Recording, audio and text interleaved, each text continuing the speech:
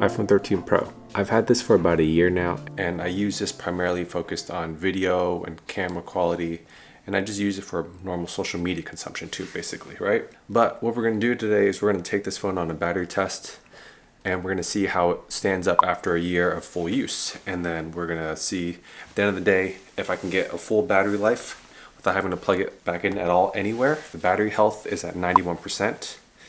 And we're going to find out what this thing looks like at the end of the day. We're going to focus on some camera shots, some video stuff, going to be used in a real world setting. Weekend edition. Let's go. Alright, so we made it out here now, and we're going to grab some photos in this area. If you know what it is, drop it down in the comments below. If you've been here, we're out in San Francisco, and we're going to grab some shots real quick with my iPhone. Where is it? Okay, oh god, here it is. Alright.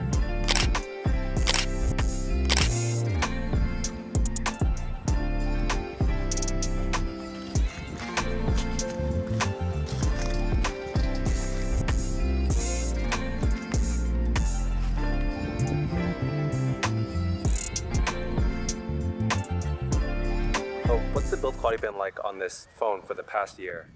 It's got a ceramic shield, a glass back, and I've definitely dropped this phone a lot in the past year, for sure, either on the floor, and it's something you might want to live with the case on it, just because you want to protect this, essentially $1,000 phone. I haven't had any issues dropping it. As far as the glass back holding up, it's been pretty good. There hasn't been any visible cracks on the eyepiece, on the lenses itself, as well as the sensors still look pretty good to me in the front over here. But it's been pretty amazing from a build quality and design perspective, and if it isn't broken from iPhone 11, it's had the same size for a while now. So it's pretty good, I'd say.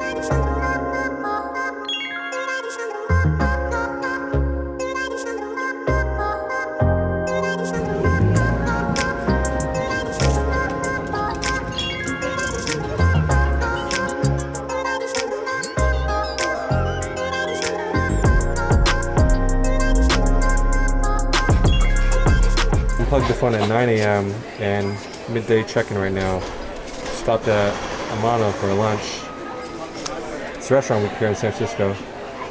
And the phone's currently sitting at 66%. Sorry, try to get some focus on this. Yeah, so we're gonna order lunch and then see what's next.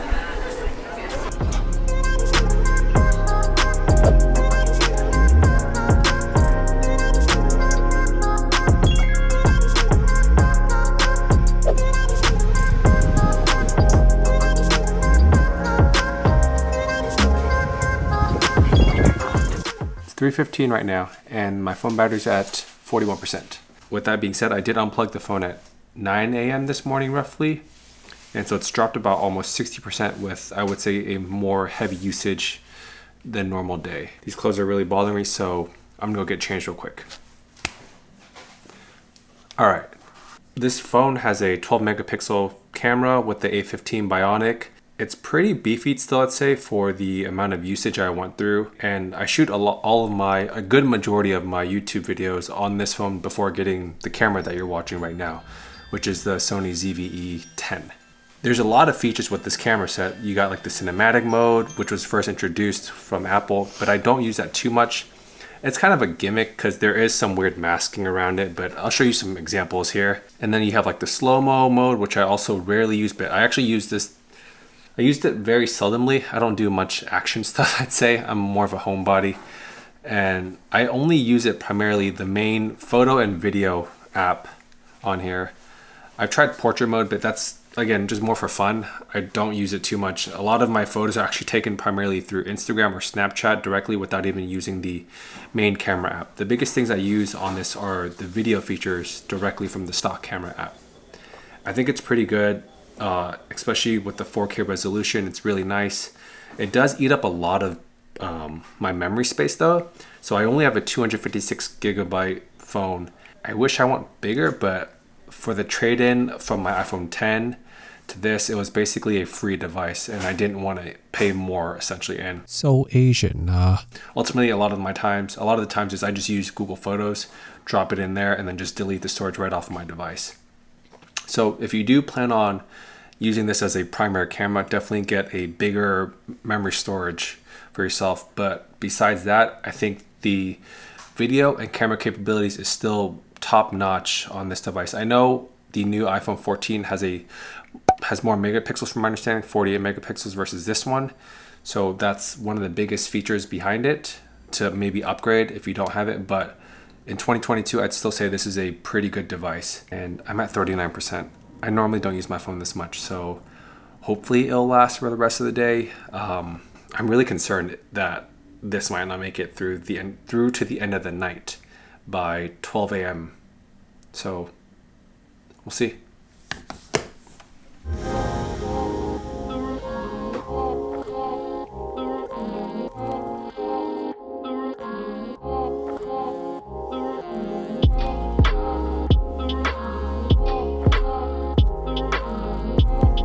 Currently almost 11 and the phone's at 7% now. I did end up using the device a couple hours in bed, just watching YouTube, scrolling on Reddit, and I did kill some battery, and it is now on low power mode.